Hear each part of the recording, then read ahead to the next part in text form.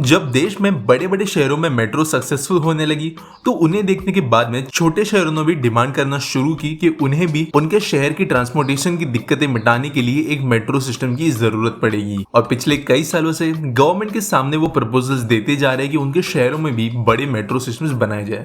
लेकिन दोस्तों, इनमें से कई सारे शहर ऐसे हैं जिनमें इतनी ज्यादा डिमांड नहीं है कि मेट्रो की पूरी कैपेसिटी को फुलफिल कर पाए और फिजिबली मेट्रो सिस्टम उनमें चल पाए। ज्यादातर केस स्टडीज में ये देखा गया है कि किसी भी शहर में अगर मेट्रो सिस्टम आपको सपोर्ट करनी है तो एट अ मिनिमम 10 लाख लोगों की पॉपुलेशन वहां होनी चाहिए, और ये भी एट अ बेस लेवल है। अगर कोई एक्चुअल में सक्सेसफुल मेट्रो सिस्टम किसी शहर में बनेगी तो उसकी पॉपुलेशन 10 लाख से भी कई गुना ज्यादा होनी बहुत जरूरी है। इसके कारण कई सारे शहर जो इंपॉर्टेंट तो है वहां पर पब्लिक ट्रांसपोर्ट की डिमांड भी है और कुछ तो सॉल्यूशन की जरूरत है, लेकिन मेट्रो वहां पर सक्सेसफुल नहीं होगा क्योंकि मेट्रो की कैपेसिटी बहुत ही ज्यादा हाई होती है। तो ऐसे शहरों के लिए किसी सॉल्यूशन की जरूरत थी और कुछ ऐसा सोचना था जो मेट्रो की तरह हंड्रेड्स या थाउजेंड्स ऑफ करोड़ में खर्च ना करे और ओवर कैपेसिटी होने के कारण फ्लॉप भी ना हो। और इसका सॉल्यूशन निकाला गया मेट्रो लाइट। दोस्तों, एक सिंगल लाइन में अगर आपको बताओ कि मेट्रो लाइट होती क्या है तो ये एक डाउनग्रेडेड मेट्रो सिस्टम है और एक अपग्रेडेड ट्रैम सिस्टम है। अब इनमें डिफरेंसेस क्या होते हैं वो हम समझ लेते हैं। दोस्तों, मेट्रो सिस्टम में सबसे बड़ा खर्च जो इसे बनाने के लिए आता है वो है इसके ट्रैक्स और रूट बनाने के लिए। पूरी की पूरी मेट्रो सिस्टम या तो वायरडक्ट्स पे होती है या फिर अंडरग्राउंड बनाई जाती है, लेकिन इसी खर्च को एलिमिनेट करते हुए मेट्रो लाइट सिस्टम पूरी तरीके से ग्राउंड लेवल पर बनाई जाती है, लेकिन ट्रैम की तरह ये ओपन सड़कों पे नहीं चलती।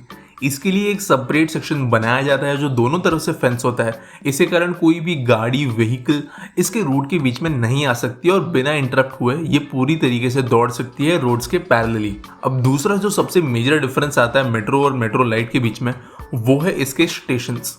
मेट्रो के स्टेशंस बहुत एलॉबरेट होते हैं। कॉन्कोर्स लेवल अलग होता है जहाँ पर टिकटिंग, ऑफिसेस और बाकी चीजें होती है, जबकि प्लेटफॉर्म लेवल सेपरेट रखा जाता है। लेकिन हर एक स्टॉप के लिए इतना बड़ा खर्च मेट्रो लाइट स्टेशन में नहीं हो सकता।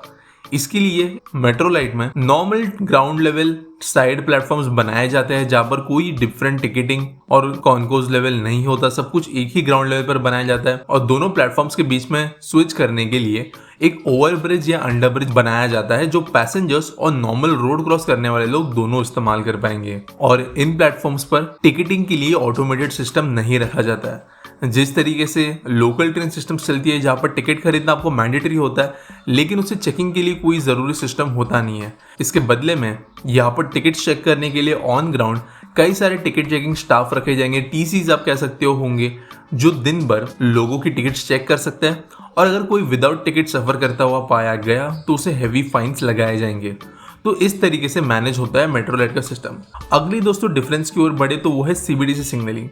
दोस्तों, मेट्रो में भी सीबीडीसी सिग्नलिंग होता है लेकिन ट्रैम्स में नहीं होता है, और यहीं पर दोनों के बीच में जो ये मेट्रो लाइट सिस्टम है उसमें भी इस मॉडर्न तरीके की सिग्नलिंग सिस्टम का इस्तेमाल किया जाता है जो ऑटोमेटेड होने के कारण जो रेक्स को कंट्रोल करने के लिए बड़े पैमाने पर मदद करती है। एक मेट्रो सिस्टम अपने एक रेक के अंदर कई सौ से कई हजार लोगों को एक ही रेक के अंदर ढो सकती है, लेकिन मेट्रो लाइट सिस्टम सिर्फ 300 पैसेंजर्स पर रेक के हिसाब से डिजाइन की जाती है, जो किसी ट्रैम से या बस से तो ज्यादा है लेकिन फिर भी किसी मेट्रो की रेक से काफी कम। तो ये कुछ मेजर डिफरेंसेस होते हैं मेट्रो और मेट्रो लाइट के बीच में।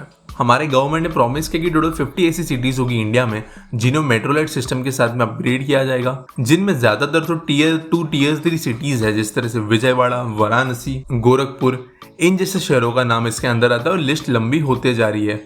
जबकि दिल्ली, बेंगलुरु, कोलकाता जैसे ऑलरेडी एस्टैब्लिश्ड मेट्रो सिस्टम रखने वाले शहरों में मेट्रो लाइट सिस्टम्स अलग से बनाई जाएंगी एज फीडर रूट्स, यानी लेस क्राउडेड इलाकों से लोगों को एक्चुअल मेट्रो सिस्टम के मेन नेटवर्क से जोड़ने के लिए इन सिस्टम्स का उपयोग किया जाएगा। तो दोस्तों, साल 2025 से हमें देश में पहले मेट्रो सिस्टम्स दौड़ते हुए नजर आ जाएंगे, जिसमें से पहला सिस्टम मोस्ट प्रोबेबली दिल्ली में होगा और बाद में हमें एक के बाद एक कई सारे शहरों में ये सिस्टम्स खुलते हुए नजर आएंगे।